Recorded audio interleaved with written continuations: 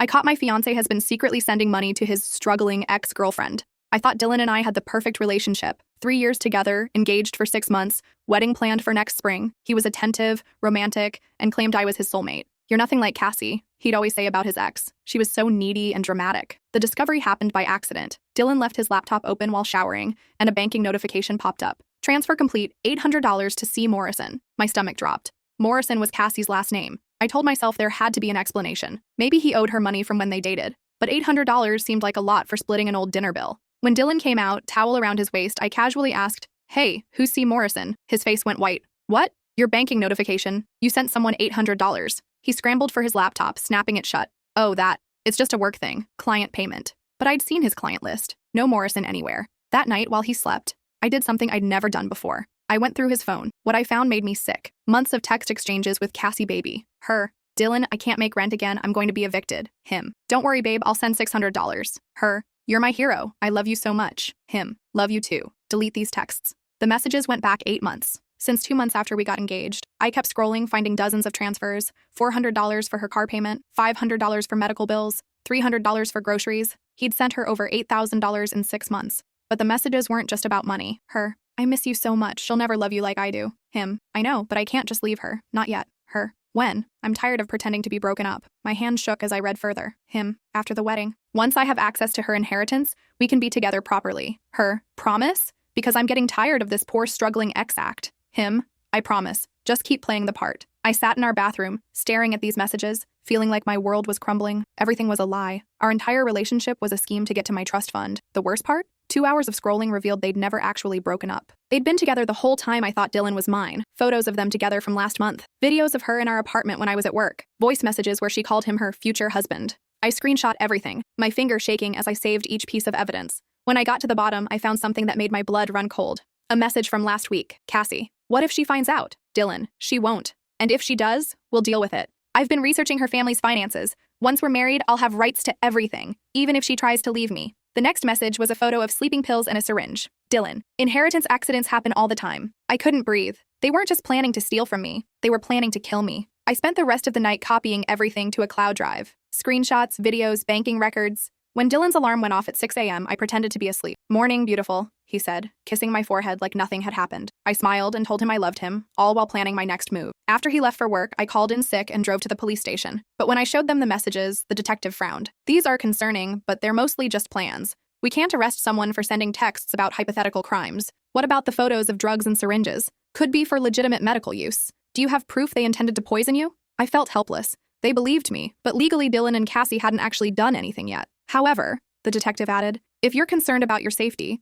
you could set up surveillance. Get them on record actually planning something concrete." That afternoon, I bought hidden cameras and voice recorders. If Dylan was planning to hurt me, I'd get the proof I needed. The hardest part was acting normal. That evening, Dylan brought me flowers. "You seem tense lately," he said. "Everything okay?" "Just wedding stress." I lied, accepting his kiss while fighting the urge to vomit. Over the next week, I documented everything. Dylan leaving early for work meetings that were actually dates with Cassie. Him researching life insurance policies when he thought I wasn't looking. Phone calls where he discussed our wedding timeline with someone he claimed was his brother. But I needed them together, planning something concrete. Friday night, Dylan said he was going out with his coworkers. I followed him. He drove straight to Cassie's apartment. I parked across the street and activated the listening device I'd hidden in his jacket pocket that morning. Through my headphones, I heard everything. 6 more months, Dylan said. "After the honeymoon, we'll start phase 2. "I'm tired of waiting," Cassie whined. "She's so boring. How do you stand sleeping next to her?" "It'll be worth it. Her trust fund alone is worth $2.3 million, plus the inheritance when her grandparents die." "And you're sure about the plan?" "Positive. I've researched it extensively. A gradual poisoning looks like natural illness. By the time anyone suspects anything, it'll be too late."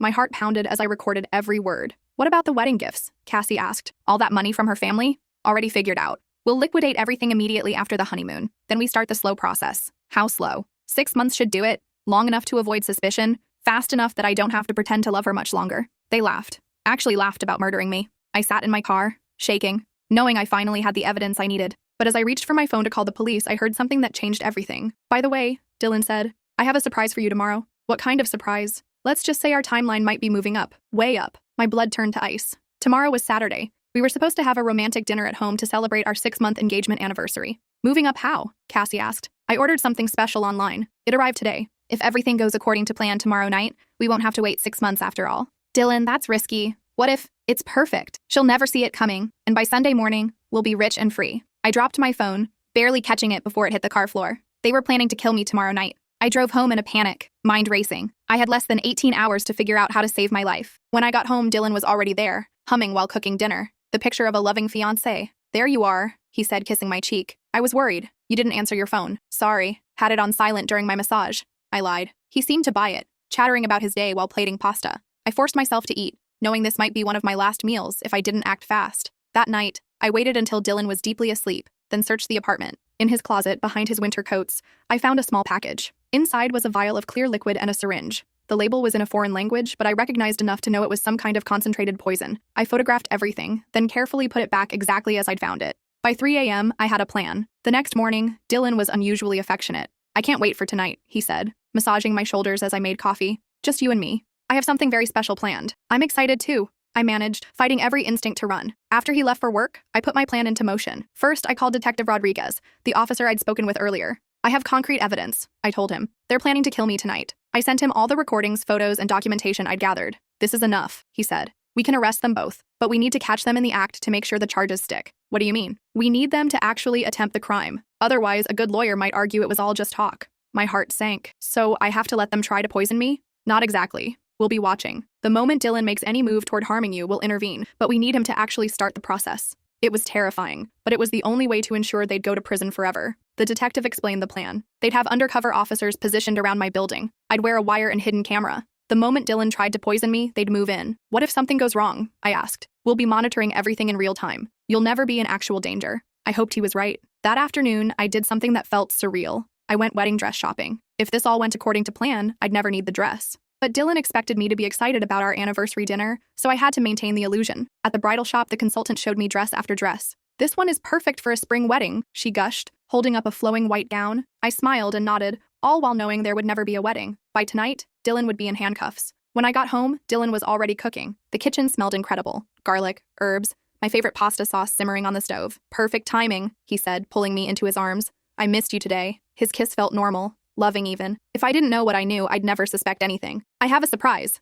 I said, holding up the garment bag from the bridal shop. His eyes lit up. Did you find the dress? Maybe, I teased. You'll have to wait until the wedding to see. The irony was suffocating. We sat down to dinner, Dylan pouring wine and toasting our engagement. To the most beautiful woman in the world, he said, clinking his glass against mine. To our future, I replied, the words tasting like ash. The pasta was delicious, but I could barely swallow. Every bite felt like it might be my last. Halfway through dinner, Dylan excused himself to use the bathroom. Through my hidden earpiece, I heard Detective Rodriguez's voice. He's moving toward the back of the apartment. Stay calm. I kept eating, forcing myself to look relaxed. When Dylan returned, he seemed nervous. Everything okay? I asked. Perfect, he said, but his hands were shaking slightly as he refilled my wine glass. We finished dinner and moved to the couch to watch a movie. Dylan was unusually attentive, stroking my hair and whispering sweet nothings. I love you so much, he said. You know that, right? Of course, I whispered back. I love you too. At 9 p.m., he stood up suddenly. I'll get dessert. I made your favorite, chocolate mousse. My heart started racing. This was it. Through my earpiece, I heard Rodriguez. He's in the kitchen. Camera 2 shows him reaching for something in the upper cabinet.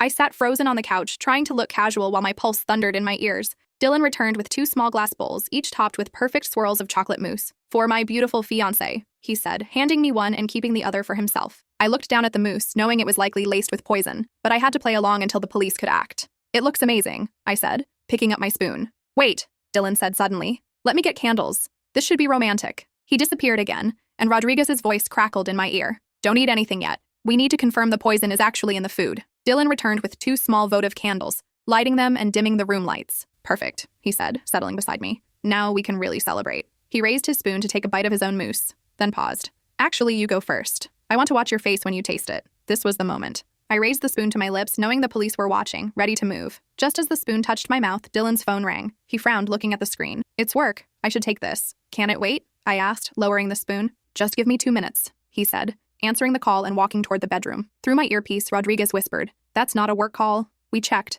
The number belongs to Cassie Morrison. My blood chilled. What if they were changing the plan? I sat still, holding the poisoned mousse, listening to Dylan's muffled voice from the bedroom. I couldn't make out words, but his tone was urgent, almost panicked. After 5 minutes, he returned, his face pale. Everything okay? I asked. Fine, he said quickly. Just a client emergency. But something had changed. He seemed agitated, distracted. Should we finish dessert? I asked, hoping to get this over with. Actually, Dylan said, running his hands through his hair, I'm not feeling well suddenly. Maybe we should call it a night. My heart sank. If he didn't follow through with the poisoning attempt, the police couldn't arrest him. We'd be back to square one. Are you sure? I asked. I was really looking forward to dessert. Tomorrow, he said firmly. I promise we'll have a proper celebration tomorrow. Through my earpiece, Rodriguez's voice was grim. We can't move without concrete evidence of an attempt. If he doesn't try to poison you tonight, we'll have to wait for another opportunity. I felt sick. Another opportunity meant more time living with a man who wanted me dead. Dylan headed toward the bedroom. I'm going to lie down. You don't mind cleaning up, do you? Of course not, I said, watching him disappear down the hall.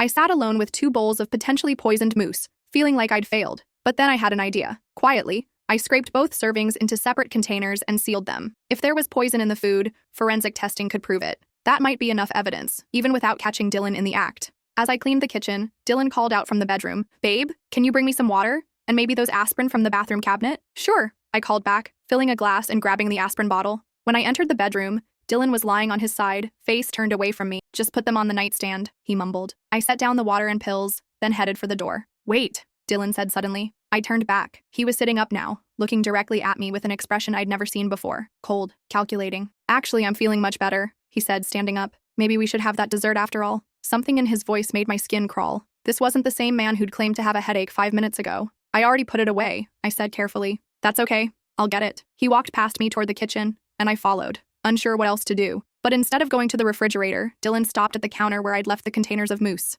"What are these?" he asked. "I saved the dessert for tomorrow, like you said." He opened one container and sniffed it, then looked at me with those cold eyes. "You didn't eat any?" "No, you said you weren't feeling well." Dylan was quiet for a long moment, studying my face. "Funny thing," he said finally. "Cassie just called to warn me about something interesting." My blood turned to ice. "Warn you about what?" "About the woman who's been asking questions about us around her neighborhood. Someone matching your description." I tried to keep my expression neutral, but Dylan was watching me like a predator. "That's weird," I said. "Why would I be in her neighborhood?" "That's exactly what I'm wondering." He moved closer, and I instinctively stepped back. "Dylan, you're scaring me." "Am I?" He tilted his head. "Or are you scared because you know something you shouldn't?" Through my earpiece, Rodriguez's voice was urgent. "We're moving in. Get away from him now." But Dylan was between me and the front door. "I think we need to have a real conversation," Dylan said, his voice deadly calm. "About what you've been up to, and about why you seem to know things about Cassie that I never told you." I backed toward the sliding door that led to our balcony, mind racing for an escape plan. "I don't know what you're talking about," I said. "Don't you?" Dylan reached into his pocket and pulled out a small device. "This is interesting. I found it in my jacket.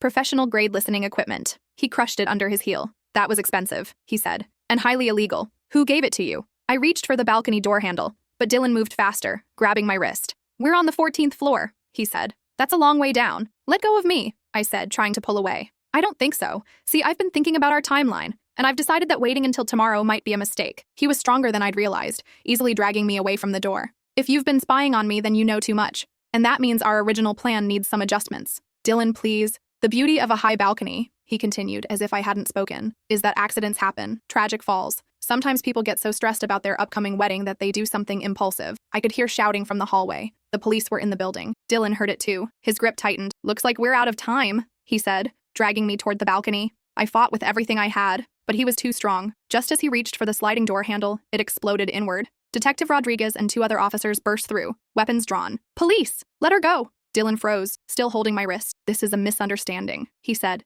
immediately switching to his charming voice. "We were just having a disagreement about wedding plans." "We heard everything," Rodriguez said. "Release her now." Dylan looked at me, then back at the officers. For a moment, I thought he might actually comply. Instead, he yanked me against his chest and pulled a kitchen knife from somewhere behind his back. "Stay back," he warned, pressing the blade against my throat. "Or she dies right here." The officers spread out, trying to surround us. "There's nowhere to go, Dylan," Rodriguez said calmly. "Let her go and we can talk about this." "Talk?" Dylan laughed, but there was no humor in it. "You've been listening to our private conversations. You've turned my fiancé against me. There's nothing to talk about." The knife pressed harder against my neck. I could feel a thin line of blood. "Please," I whispered. "Dylan, you don't want to do this." "Don't I?" He leaned closer to my ear. "You ruined everything. Our life, our future. Cassie's counting on me." "Cassie's using you," I said desperately. "Just like you were using me?" "Shut up. She doesn't love you. She just wants the money." The knife wavered slightly. "That's not true." "Check her phone," I said. "I bet she's got other men sending her money too. Other marks. You're not special to her." Dylan's breathing was heavy against my ear. For a moment, the knife loosened. That's when Rodriguez moved. He lunged forward, grabbing Dylan's wrist and twisting until the knife clattered to the floor.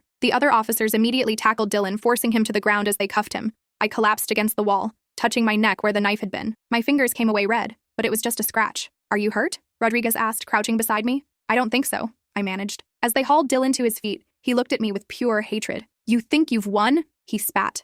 You have no idea what you've done. Cassie won't let this go. She'll find a way to make you pay. Actually, Rodriguez said, Ms. Morrison was arrested 20 minutes ago. We raided her apartment while you two were having dinner. Dylan's face crumpled. That's impossible. Turns out she had quite an operation going, 4 different men sending her money. 3 of them thought they were her only boyfriend. The 4th was her actual fiancé, some guy named Trevor who had no idea she was scamming others. Dylan looked genuinely shocked. But she loves me. She was playing you just like you were playing your fiancé here, Rodriguez said. Guess it runs in circles. As they led Dylan away, he kept muttering about how it wasn't supposed to happen this way. I sat on my couch, watching crime scene techs photograph the poisoned moose and collect evidence. My engagement ring felt heavy on my finger. The lab will analyze everything, Rodriguez explained. But based on what we heard tonight, you should have enough for attempted murder charges, plus conspiracy, fraud, and a few other things. What happens now? I asked. Now you press charges, and you get a new apartment, and maybe some therapy. He was right about all of it. The next few weeks were a blur of legal proceedings. The lab confirmed that the moose contained enough poison to kill 3 people. Dylan and Cassie were both charged with conspiracy to commit murder,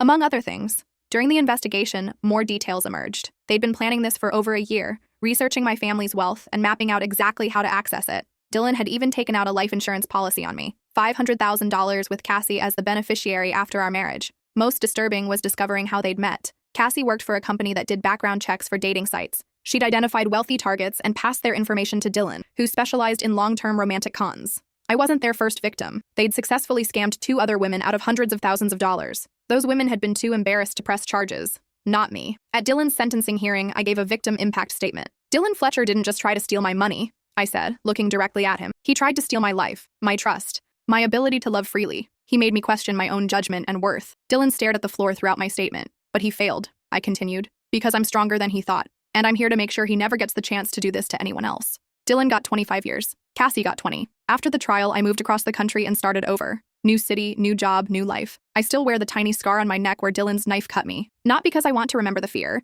but because I want to remember my strength. 6 months after the trial, I got a letter forwarded from my old address. It was from a woman named Beth, thanking me for pressing charges. She'd been Dylan's victim before me. She'd lost $200,000 and nearly her sanity, but she'd been too ashamed to report it. When she saw the news coverage of his arrest, she finally found the courage to come forward. Her testimony helped ensure Dylan got the maximum sentence. You saved my life, she wrote, not just financially, but emotionally. I thought I was stupid for falling for him. Seeing you fight back showed me that we're not the problem. He is. I've kept that letter. Some days, when the world feels dark, I read it and remember that sometimes the most important thing we can do is refuse to be victims. Last month, I started dating again. Someone kind and genuine who makes me laugh. Someone who doesn't ask about my family's money or seem too interested in my financial situation. Someone who, when I told him about Dylan, simply said, I'm glad you're safe, and I'm proud of you for fighting back. I still have trust issues. I probably always will. But I've learned the difference between healthy caution and paralyzing fear. Dylan thought he could manipulate me because I was trusting and in love. He was wrong about what that meant. Being trusting doesn't make you weak. It makes you brave. And being brave means fighting back when someone tries to destroy your life. The last I heard, Dylan was appealing his sentence.